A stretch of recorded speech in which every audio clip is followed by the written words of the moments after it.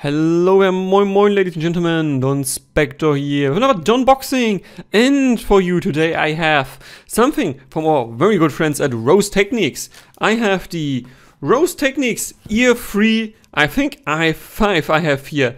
Yes, we have the latest and potentially greatest from Rose Technics in terms of earbuds. And yeah, let's see how their improvement is from the i3, which I had also here some time ago, which was decent enough, but unfortunately had some issues in terms of tuning. And yeah, let's see how this one does. And first, we have a 12mm topologic diaphragm here with HR2 technology. Not entirely sure what that actually is. And yeah, it also comes with a DSP chip with master EQ'd, so yeah, probably some DSP already going on here. It has ANC and it has some microphones. And you have microphones with the i3 at least, and the Ceramics X are actually pretty decent, I have to admit. Definitely interestingly better than the Galaxy Buds 3 Pro, or both Pro 3, I always forgot which order around this was. So yeah, let's see how these two. So yeah, that's the packaging, as you might have guessed. Looks a bit different than the other ones. This here comes in white and there's yellow on it. And there's, yeah, colorful, like iridescent, pure sound. And yeah, it's also a bit bigger in terms of dimensions. But let's see what I actually get on the inside. Yep. Removing that. And let's try to shake it loose here.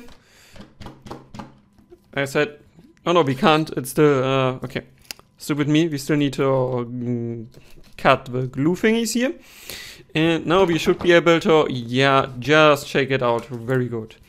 Yeah, that's the inside here. Here you have the manual. And here is the carrying case. And yeah, this looks very similar to the Earfree i3 in terms of dimensions, in terms of overall build, I would say. But let's already remove the protective film here and see what you actually get. Let me push this a bit out of the picture. That's the casing here, very similar. It might feel a bit better, like simply I think a bit heavier in my hand.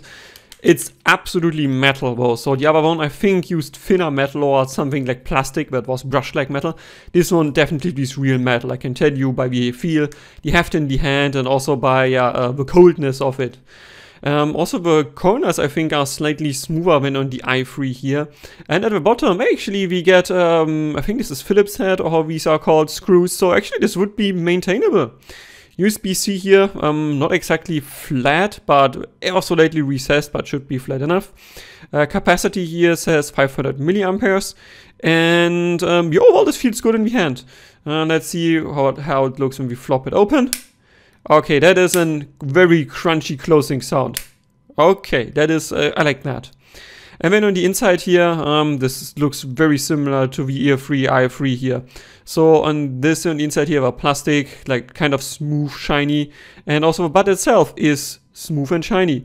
Yep, this looks very, very similar to the Earfree i3 here. Already starting with this here and the overall contouring, and also the printing on the inside, very similar. Already i3 still had some surfaces here and here that were colored.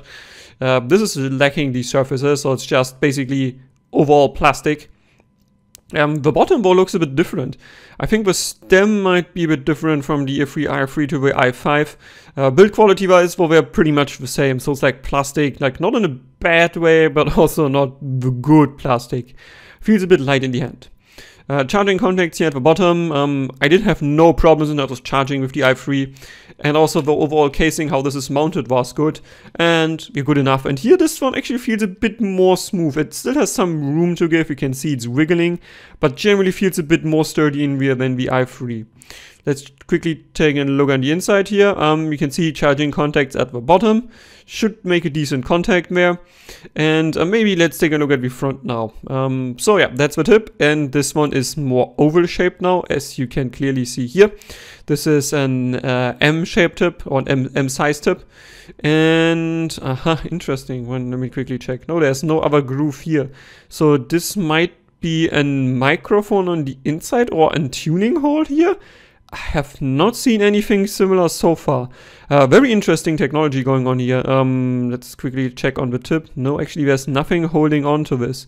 So this could also be a pressure hole, and this one might be just a mic hole then. Okay, very interesting. When the front, you can see here, it's a thin mesh. We can see through it, like at least I can in real life. Not sure how well that's visible in the camera, but I can see through it here. It's a very thin mesh. Quickly try to press it. It's actually fabric, so it's not metal, it's fabric. I can press it there. Integration seems to be done reasonably well here.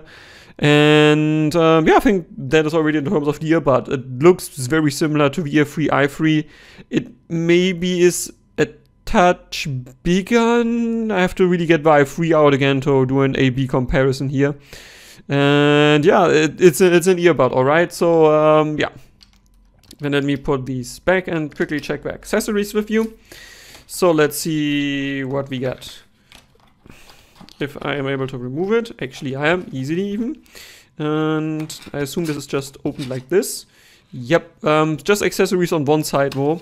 And as accessories we get... What? Oh no, tips are at the bottom. Okay, we get them out. Accessory get in standard USB A to C cable here. Pretty much, yeah, bug standard on the shorter version. And then the tips here. Although, let me quickly check on the tips. I didn't really give the tips in thorough look here. So this is medium thick silicone, as you can see here. Definitely there are thinner tips and there are thicker tips out there. Stability wise, this should be alright. There's a slight increased density, like a thickness here in the front, but not too much. And lengthwise, this is definitely again on the shorter side. Yeah, let's see how well these will fit my ear and how well I can put other tips on here. Yeah, so that's it. The quick unboxing of the Earfree i5. Again, thank you very much, Rose Technics, for sending this over. I will give them a chat now and see how they are. And I'm not sure if I actually will put in first impressions after this. You will find out when I upload this video. So I decided to do a quick first impressions of the i5 here. And yeah, I mean, they look very much like the i3, and just the driver is supposed to be different, so my expectation was also the sound to be pretty different, but somehow still in the same range. And yeah, what I got is something in the same range. To be clear, this is better than the i3, absolutely is. This is way less V-shaped than the i3. But at the same time, it's still not good. It still sounds very artificial in the treble. The mids come off as now a bit nasal overall. The tonality is not on par with other TWs I've heard. But at least the overall technicality to my ear in the first hours I've listening to on the weekend was actually pretty decent. It's not great, to be clear, but it's decent overall. And yeah, now let me just show you the graph. And I mean, you can see it, right? It's okay. Like, I don't know why the pinner gain and the peaks at 4K. Yeah, most other people would probably have chosen 2.5 to 3K. They thought 4K is a good idea. I disagree with that to my ear. But yeah, this is already too much details. More about this in the review that I will hopefully have ready by the end of the week or somewhere next week. Okay, I hope you enjoyed it. Again, questions, criticisms, please leave a comment. Donspektor out.